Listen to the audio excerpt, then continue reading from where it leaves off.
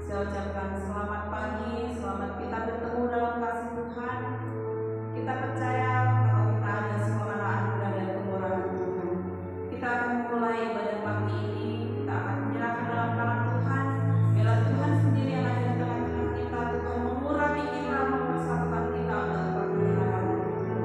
Kita akan katakan, kita akan pujilah banyak yang Kau perbuat Tuhan dalam hidup kami. Haleluya Yesus. Terima kasih Bapa yang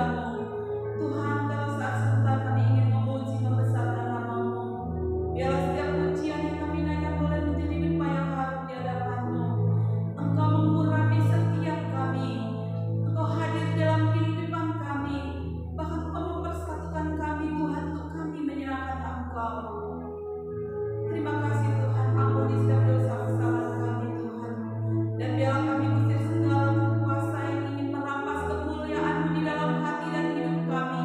Di dalam nama Tuhan Yesus Kristus, biarlah Engkau yang berkuasa atas hati kami, hidup kami, bahkan ruangan ini Tuhan. Terima kasih Tuhan Yesus.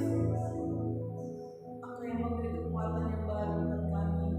Engkau yang mengurapi setiap kami sehingga Engkau memberi kekuatan Tuhan dalam kami menjalankan hari-hari hidup kami. Terima kasih Bapa. Sebentar kami akan memuji besar nama-Mu. Biarlah setiap pujian yang kami naikkan menjadi jubah yang harum di hadapan-Mu. Bahkan setiap pujian yang kami naikkan Tuhan boleh indah di hadapan-Mu. Biarlah segala pujian, hormat, kemuliaan, kejayaan, dan keagungan hanya kami kembalikan ke dalam tangan-Mu, ke dalam kuasa-Mu saja Tuhan. Terima kasih Bapa, kami siap memuji Engkau, kami siap meninggikan Engkau. Di dalam nama Tuhan Yesus Kristus. Haleluya. Amin. Puji nama Tuhan. Kita akan pujikan lagu Masuk Gerbangnya Bersyukur. Kita akan tetap bangkit berdiri. Kita akan puji Dia. Kita akan bersuka-suka untuk kemuliaan nama Tuhan. Masuk gerbangnya bersyukur. Haleluya.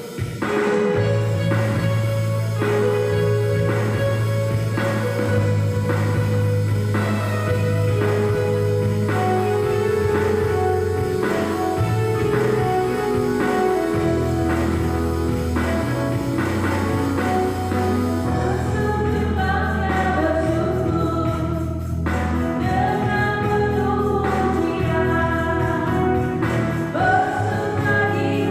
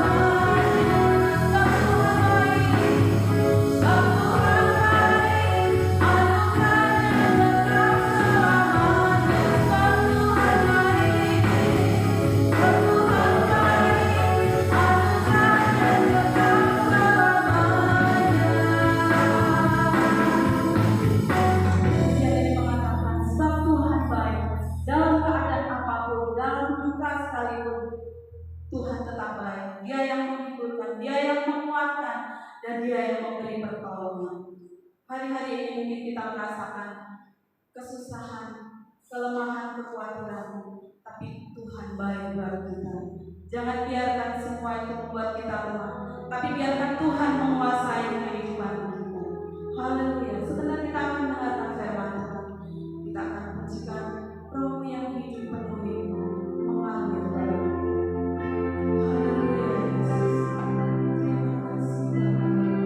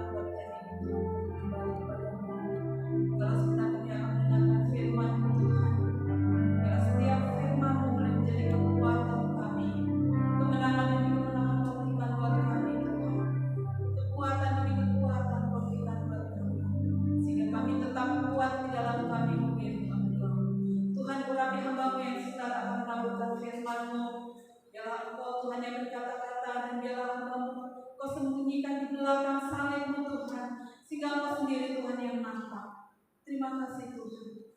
Kami percaya Kau ada bersama kami. Kami percaya Kau memberi kekuatan buat kami. Kami siap mendengarkan firman-Mu di dalam nama Tuhan Yesus Kristus kami mengucap syukur. Haleluya. Amin.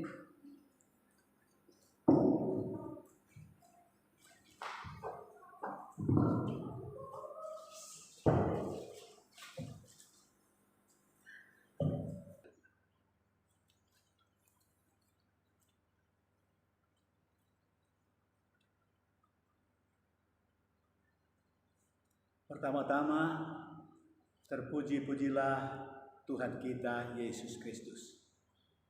Atas kasih karunia-Nya, damai sejahteranya kita semua boleh ada sebagaimana kita ada. Terima kasih Tuhan. Terpuji-puji Engkau selama-lamanya. Pada kesempatan ini, kembali kita mau belajar Alkitab. Kita belajar firman Tuhan. Melalui firman Tuhan, kita semakin mengenal Tuhan, mengenal firman-Nya, dan dengan itu diharapkan kita semakin mengasihi Tuhan dan melaksanakan firman-Nya. Puji Tuhan. Pemberitaan firman pada hari Minggu yang lalu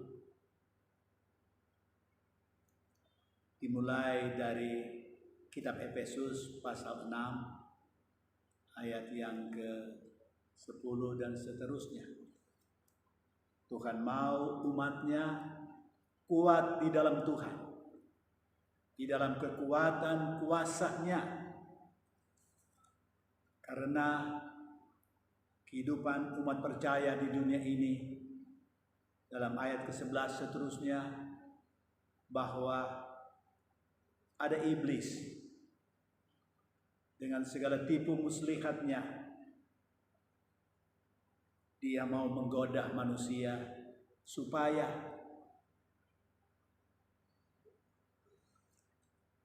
tidak terus menyatakan iman, keyakinannya kepada Tuhan. Dia mau goncangkan kehidupan iman. Tetapi puji Tuhan, Tuhan memberi firman-Nya. Kita kuat di dalam Tuhan, maka kita menang atas segala tipu muslihat iblis. Kesempatan ini kita masih dalam topik yang sama itu. Untuk itu kita mau membaca firman Tuhan dalam pasal yang kitab Efesus pasal 4 ayat 17 sampai dengan ayat yang ke-27. Minggu yang lalu juga kita sudah melihat sedikit dari pembelajaran firman ini. Untuk itu saya membacakan untuk kita semua. Firman Tuhan yang terambil dari kitab Efesus pasal 4 ayat 17 sampai ayat 27. Sebab itu ku katakan dan ku tegaskan ini kepadamu di dalam Tuhan. Jangan hidup lagi sama seperti orang-orang yang tidak mengenal Allah dengan pikirannya yang sia-sia dan pengertiannya yang gelap, jauh dari hidup persekutuan dengan Allah karena kebodohan yang ada di dalam mereka dan karena kedegilan hati mereka. Perasaan mereka telah tumpul sehingga mereka menyerahkan diri kepada hawa nafsu dan mengerjakan dengan serakah segala macam kecemaran. Tetapi kamu bukan demikian. Kamu telah belajar mengenal Kristus, karena kamu telah mendengar tentang Dia dan menerima pengajaran di dalam Dia menurut kebenaran yang nyata dalam Yesus, yaitu bahwa kamu berhubung dengan kehidupan kamu yang dahulu harus menanggalkan manusia lama yang menemui kebinasaannya oleh nafsunya yang menyesatkan, supaya kamu dibaharui dalam roh dan pikiranmu dan mengenakan manusia baru yang telah diciptakan menurut kehendak Allah di dalam kebenaran dan kekudusan yang sesungguhnya. Karena itu, buanglah dusta dan berkatalah benar seorang kepada yang lain, karena kita adalah sesama anggota. Apabila kamu menjadi marah, janganlah kamu berbuat dosa. Janganlah matahari terbenam sebelum padam amarahmu. Dan ayat yang terakhir, dan janganlah beri kesempatan kepada iblis. Bapak Ibu Saudara sekalian, Tuhan pakai Rasul Paulus untuk mengingatkan, untuk mengajar jemaat umat beriman yang ada di kota Efesus, kota besar pada zamannya. Dalam bagian pembacaan yang terakhir ini, firman Tuhan melalui Rasul Paulus, yaitu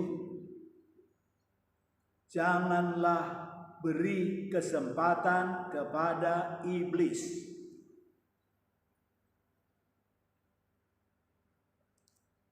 Pasal 6 sudah menyatakan bahwa dalam kitab Efesus bahwa musuh orang percaya adalah iblis yang berusaha dengan segala tipu dayanya, kebohongannya untuk membelokkan kehidupan iman supaya manusia tidak semakin mengenal Tuhan, supaya manusia jauh dari pengenalan akan Tuhan. Bapak Ibu Saudara sekalian, Tuhan ingatkan jemaat, jangan beri kesempatan kepada iblis. Mengapa? Sebab iblis sejak manusia pertama Adam dan Hawa, pekerjaannya adalah untuk menggoda manusia, memutarbalikkan firman, mengerjakan tipu daya, pembohongan kepada manusia. Dan Rasul Paulus menegaskan hal ini, bahwa orang percaya perlu menyadari ada iblis yang menggoda, yang mengerjakan tipu daya supaya manusia terpengaruh dan akhirnya menjadi orang berdosa, orang yang tidak menurut kepada Tuhan. Bapak Ibu Saudara, pembacaan awal menyatakan ayat 17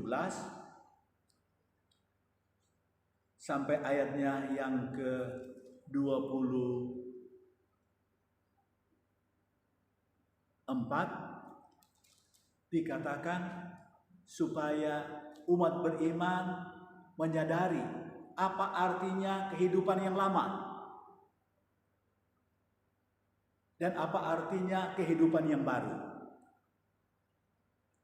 Paulus menyampaikan bahwa umat beriman perlu mengenali hidup yang lama.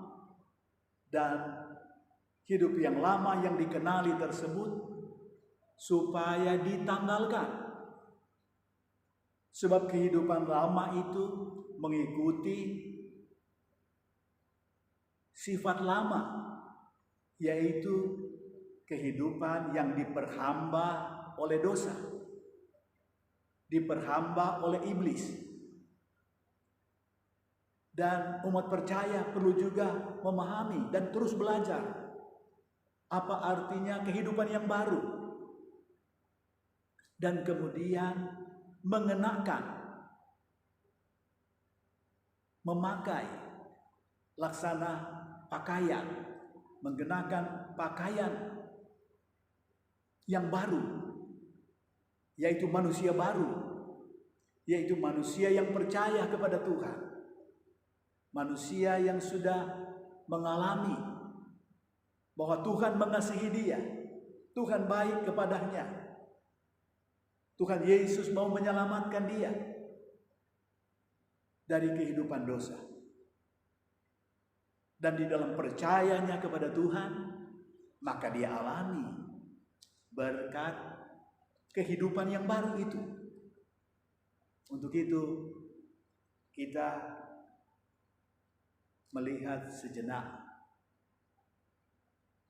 apa artinya kehidupan yang lama tersebut.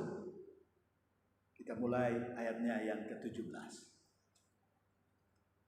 Sebab itu kukatakan dan kutegaskan ini kepadamu di dalam Tuhan. Jadi Paulus mendapat penegasan dari Tuhan bahwa Paulus perlu menyampaikan firman, kebenaran yang Tuhan mau ada kepada jemaatnya, umat yang beriman kepadanya. Firman itu, jangan hidup lagi sama seperti orang yang tidak mengenal Allah.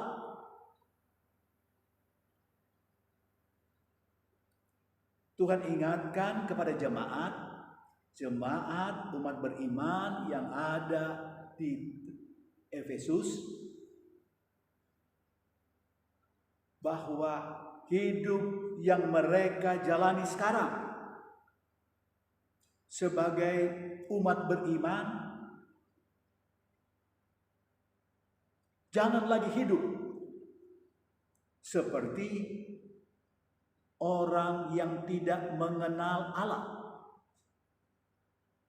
seperti orang yang tidak mengenal Tuhan. Jangan hidup seperti orang yang tidak tahu apa yang benar. Mengapa?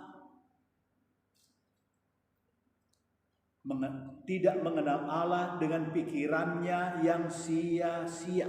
Oh, Tuhan tidak ingin umat percaya menjalani kehidupan tidak mengenal Allah, tidak memahami firman-Nya. Sebab mereka yang tidak mengenal Allah, maka pikirannya dipenuhi dengan kesia-siaan atau ketidakbenaran. Selanjutnya, dan pengertiannya yang gelap. Kehidupan tidak mengenal Allah, pengertiannya sia-sia, pikirannya sia-sia, pengertiannya juga gelap. Kemudian dinyatakan jauh dari hidup bersekutuan dengan Allah. Jangan hidup seperti itu, yaitu hidup jauh dari persekutuan dengan Allah. Sebab hidup jauh dari persekutuan dengan Allah itu berarti pikirannya gelap, pengertiannya gelap, pikirannya diisi dengan sia-sia. Itulah sebabnya Tuhan pakai Paulus untuk menegaskannya. Puji Tuhan, kita teruskan. Karena kebodohan yang ada di dalam mereka dan karena kedegilan hati mereka, tidak hidup jauh dari persekutuan dengan Allah, menjadikan hidupnya digolongkan seperti orang bodoh dan hatinya degil, hatinya dosa. Kemudian selanjutnya perasaan mereka telah tumpul sehingga mereka menyerahkan diri kepada hawa nafsu, kepada keinginan dosa, dan mengerjakan segala macam kecemaran, kenajisan atau kedosaan. Tetapi kamu bukan demikian. Kamu jemaat bukan demikian.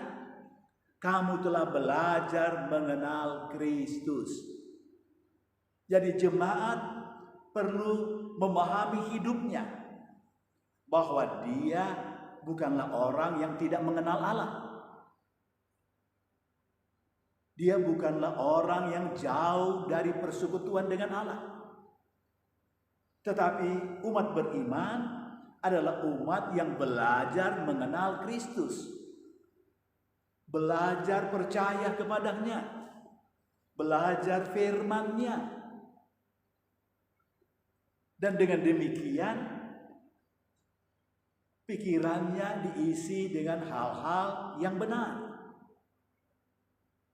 Pengertian yang benar mengisi akan pikirannya. Hatinya juga diisi dengan hal-hal yang benar. Perasaannya juga demikian. Puji Tuhan. Jadi beda antara kehidupan jauh dari persekutuan dengan Allah dan hidup dekat dengan Allah, yaitu hidup mengenal Allah. Hidup mengenal Yesus Kristus, hidup mengenal, memahami firman-Nya. Puji Tuhan. Selanjutnya, kamu jemaat telah belajar mengenal Kristus. Proses belajar itu dijelaskan dalam ayat 21. Karena kamu telah mendengar tentang Dia, mendengar tentang Yesus, tentang firman-Nya, tentang ajarannya, dan menerima pengajaran di dalam Dia. Mendengar, kemudian terima itu pengajaran, terima itu firman, terima itu kebenaran di dalam Dia, di dalam Yesus, menurut kebenaran yang nyata dalam Yesus. Jadi sebagaimana yang Yesus tampilkan dalam Injil, sebagaimana apa yang Yesus ajarkan dalam Injil, sebagaimana Yesus telah lakukan di dalam Injil, itulah kebenaran. Kebenaran di dalam Dia. Puji Tuhan.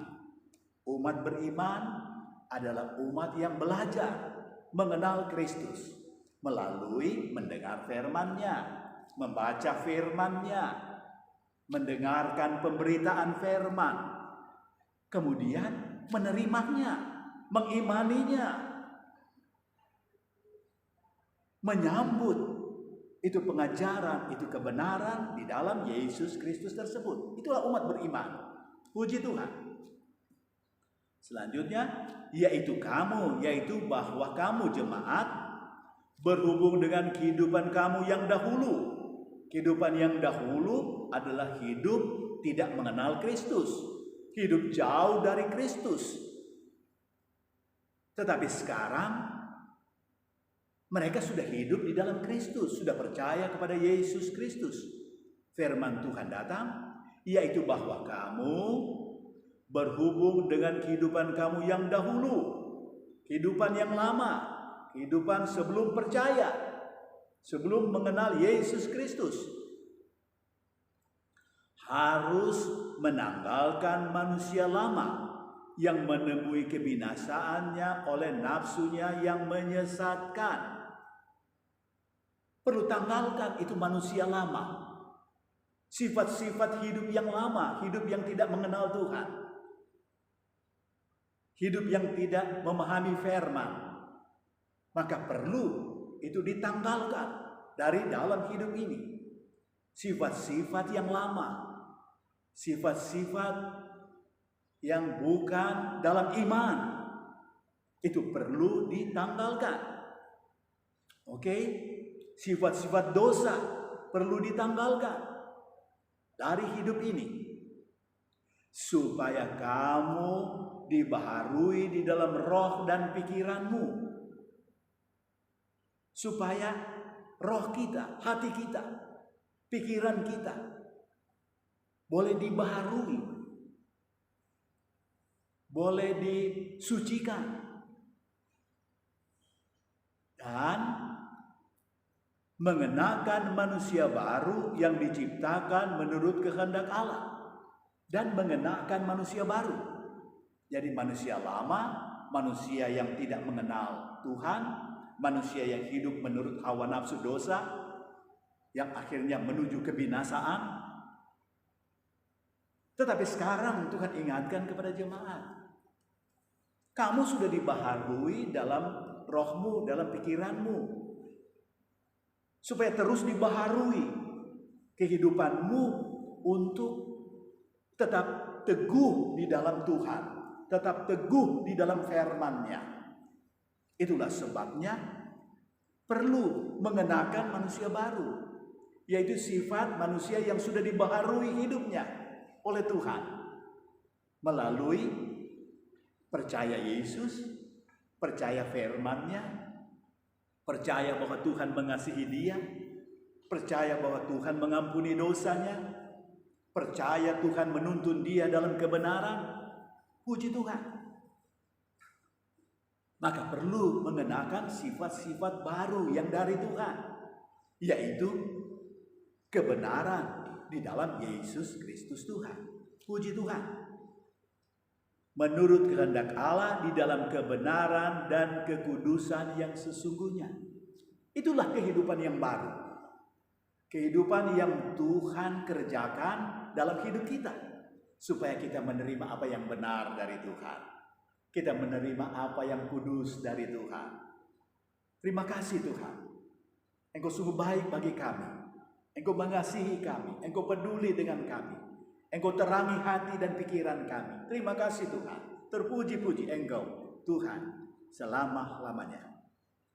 Karena itu buanglah dusta dan berkatalah benar seorang kepada yang lain. Maka dalam mengenakan sifat hidup yang baru dalam kebenaran dan kekudusan, maka salah satu firman yang Tuhan nyatakan yang perlu diperhatikan oleh umat beriman, yaitu apa? Buanglah dusta dan berkatalah benar seorang kepada yang lain. Karena apa? Karena kita adalah sesama anggota. Maksudnya sesama anggota umat beriman. Umat yang sudah menikmati kasih dan kebaikan Allah dalam hidup ini. Umat yang mengalami karunia kebenaran, keselamatan, kebaikan, kesucian. Tuhan beri kepada kita yang percaya. Puji Tuhan. Maka firman Tuhan datang lebih jauh. Yaitu apa? Kita perlu membuang dusta. Haruslah kita berkata benar. Sebab dusta itulah pekerjaan iblis. Tuhan ingatkan kita supaya kita mau berkata benar satu kepada yang lain. Sebagaimana Yesus benar. Bagian firman di atas berkata kebenaran di dalam Yesus. Puji Tuhan. Haleluya. Kemudian ayat 26. apabila kamu menjadi marah. Nah, yang kedua, apabila menjadi marah. Jadi mungkin saja orang bisa marah karena sesuatu hal membuat dia menjadi marah. Tapi apa kata Alkitab? Apabila kamu menjadi marah, janganlah kamu berbuat dosa. Nah ini, Bapak Ibu Saudara. Jadi ada kemarahan yang tidak berdosa. Tapi ada kemarahan yang akhirnya berbuat dosa. Tuhan tidak inginkan umat beriman marah, akhirnya berdosa. Dan dengan itu Tuhan memberi firman-Nya. Janganlah kamu berbuat dosa, janganlah matahari terbenam sebelum padam amarahmu. Jangan berdosa. Jadi kalau kemarahan itu datang karena ada suatu hal yang patut kita marah, karena melihat, mendengar sesuatu yang tidak benar, sesuatu yang buruk, dapat saja kita marah. Tapi Tuhan memberi petunjuk, yaitu jangan kita marah sampai berbuat dosa. Itulah sebabnya jangan menyimpan kemarahanmu sampai matahari terbenam. Artinya supaya kemarahanmu jangan sampai berdosa, lebih baik hentikan itu kebenaran. Maksud saya hentikan itu kemarahan. Artinya kita mengatasi kembali hati dan pikiran kita. Oh, Tuhan mau kita benar. Tuhan mau kita suci. Tuhan tidak mau berdosa. Itulah sebabnya jangan biarkan kemarahan bertambah-tambah akhirnya tak dapat mengendalikan diri, menyebabkan berdosa. Itulah sebabnya ada nasihat dalam ayat yang selanjutnya, saya pinjam saja, ayat 29. Janganlah ada perkataan kotor keluar dari mulutmu, tetapi pakailah perkataan yang baik untuk membangun. Jadi pakailah kata-kata yang baik untuk membangun. Buanglah perkataan-perkataan yang tidak baik itu. Kembali di atas. Supaya kemarahan tidak sampai berdosa, kendalikan hati, kendalikan pikirannya, kendalikan ucapannya.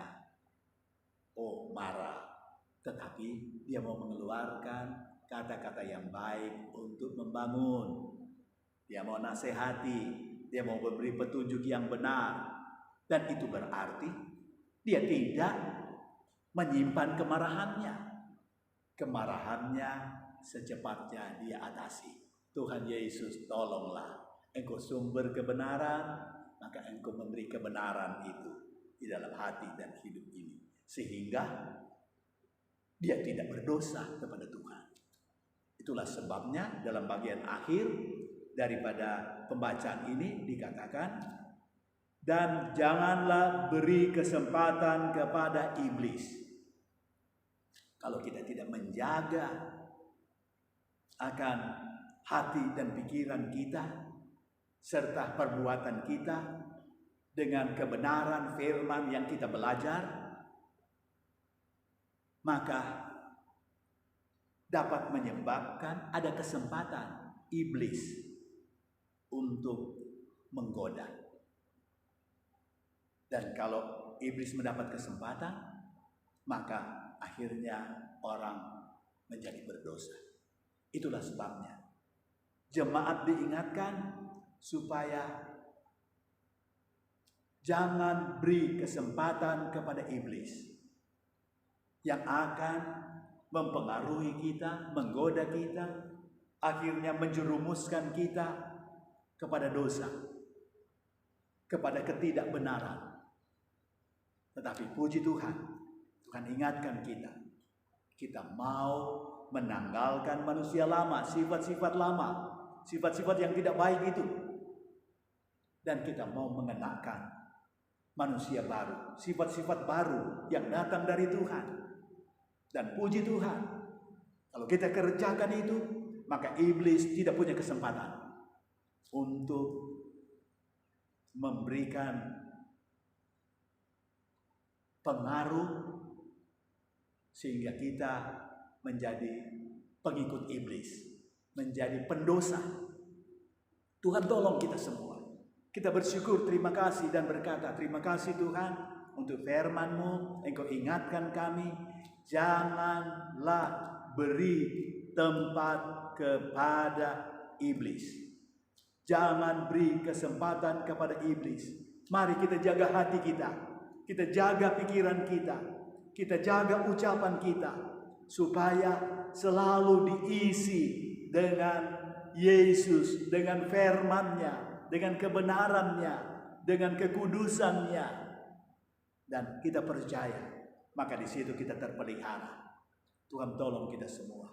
Kita mau memelihara hati kita, pikiran kita, ucapan kita, tindakan hidup kita, supaya iblis tak ada kesempatan. Dan itu berarti kita menang atas segala pengaruh tipu daya daripada iblis.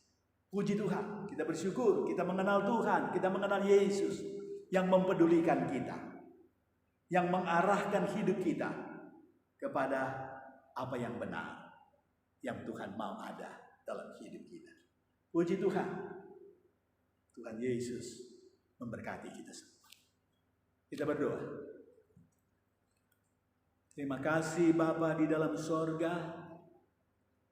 Engkau mengajari kami firman-Mu yang teramat berharga buat kami.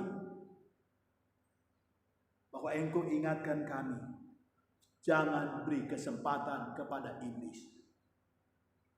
Dengan jalan kami menanggalkan, membuang semua sifat-sifat hidup lama, sifat-sifat hidup yang tidak baik dan tidak benar. Dan kami mau mengenakan manusia baru, sifat-sifat hidup yang baru yang datang dari Tuhan Yesus, yang datang dari firman, yang datang dari Roh Kudus. Kebenaran-Mu Engkau terus tambah-tambahkan dalam hidup kami. Kekudusan-Mu Engkau terus tambah-tambahkan dalam hidup kami. Dan kami percaya dalam kebenaran dan kekudusan-Mu ya Yesus, maka kami terpelihara, kami terlindungi daripada segala pengaruh yang datang dari iblis tersebut. Terima kasih Tuhan. Kami percaya lewat firman-Mu ini, Engkau teguhkan kami untuk kami kuat di dalam Tuhan, kuat di dalam kuat kuasa-Mu, kuat berpegang kepada kebenaran firman-Mu. Terima kasih Bapa. Kami percaya Engkau tolong kami semua menjalani hari-hari hidup kami. Banyak pergumulan, banyak tantangan, tapi kami percaya ada Engkau bersama kami yang menguatkan kami, yang memampukan kami untuk menjalani hidup dengan baik, mengikuti firman-Mu, mengikuti kehendak-Mu. Terima kasih Bapa Sorga. Kau tolong juga kami dalam kehidupan kami sehari-hari, dalam kehidupan keluarga, dalam kehidupan pekerjaan, dan dalam semua aktivitas kami. Kami mohon naungan Tuhan, kami mohon perlindungan Tuhan, kami mohon kemampuan dari Tuhan untuk kami menjalani semuanya dengan baik, dengan benar, bersetuju dengan Tuhan. Tolong juga negara kami, pemerintah kami, dan seluruh rakyat Indonesia. Terpujilah Tuhan selama-lamanya. Kami mau mengakhiri akan pemberitaan firman, akan ibadah kami ini. Kami percaya tangan-Mu terulur kepada kami semua. Engkau menyatakan anugerah-Mu, kebaikan-Mu atas umat yang beriman kepadamu. Kami terima dengan iman anugerah berkat Allah Bapa surga, cinta kasih Yesus Juru Selamat, persekutuan, pertolongan, kekuatan, hikmat, kemampuan oleh Roh Kudus atas kami umat yang percaya. Terima kasih Tuhan, Kau sungguh baik bagi kami semua. Kami akhiri pertemuan ibadah ini dalam berkat yang mulia, dalam nama Tuhan kami, Yesus Kristus. Haleluya. Amin. Puji Tuhan, Tuhan Yesus menyertai kita dan memberkati hidup kita semua. Haleluya. Amin.